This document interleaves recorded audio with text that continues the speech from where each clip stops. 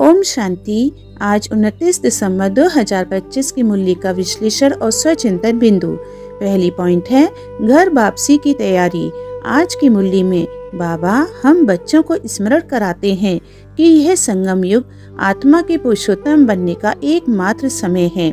इसलिए अब लक्ष्य है देह और देह के सभी संबंधों को भूलकर स्वयं को आत्मा समझते हुए एक बाप की याद में स्थित रहना। आत्मा को पावन बनाकर शांति धाम लौटना ही इस समय का मुख्य कर्तव्य है। दूसरी, आत्मा से जंक उतरने की महीन प्रक्रिया। बाबा कहते हैं आत्मा रूपी सुई पर माया की जंक चढ़ी हुई है। यह जंक अचानक नहीं बल्कि जन्म जन्मांतर धीरे धीरे चढ़ी है। इसलिए यह भी सतत याद के अभ्यास से ही धीरे धीरे उतरेगी। जितनी जंक उतरती जाती है उतनी बाप की ओर खींच पड़ती है और आत्मा सेवा में स्वतः प्रभावशाली बनती है। यह बहुत सूक्ष्म ज्ञान है।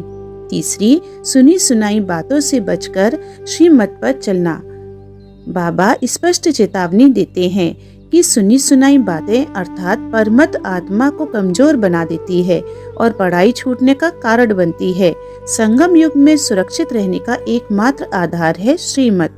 जो आत्माएं परिस्थितियों या दूसरों की बातों से विचलित नहीं होती, वही अंत तक स्थिर रहकर अपना पद निश्चित करती हैं।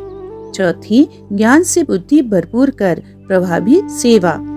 बाबा बच्चों को तीक्ष्ण बुद्धि वाला सेवाधारी बनाते हैं। ज्ञान की पॉइंट्स को व्यवस्थित रूप में बुद्धि में धारण करना, टॉपिक के आधार पर समझाना और रग देकर सेवा करना, यही सफल सेवा की निशानी है। जितना अभ्यास, मनन और सेवा, उतनी बुद्धि स्पष्ट और प्रभावशाली बनती है।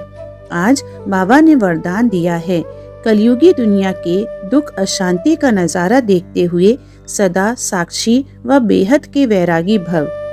कलयुगी दुनिया में दुख अशांति और हाहाकार को देखते हुए भी जो आत्मा सदा साक्षी भाव में रहती है वही सहज रूप से बेहद का वैरागी बन जाती है।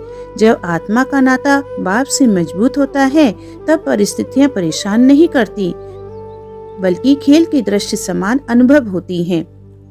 आज के लिए स्वचिंतन बिंदु है। पहला, क्या मेरी बुद्धि हर स्थिति में श्रीमत को प्राथमिकता देती है या कभी कभी परमत में फिसल जाती है। दूसरा, क्या मेरी याद और सेवा मुझे साक्षी भाव में स्थिर रख रही है। अच्छा, ओम शांति।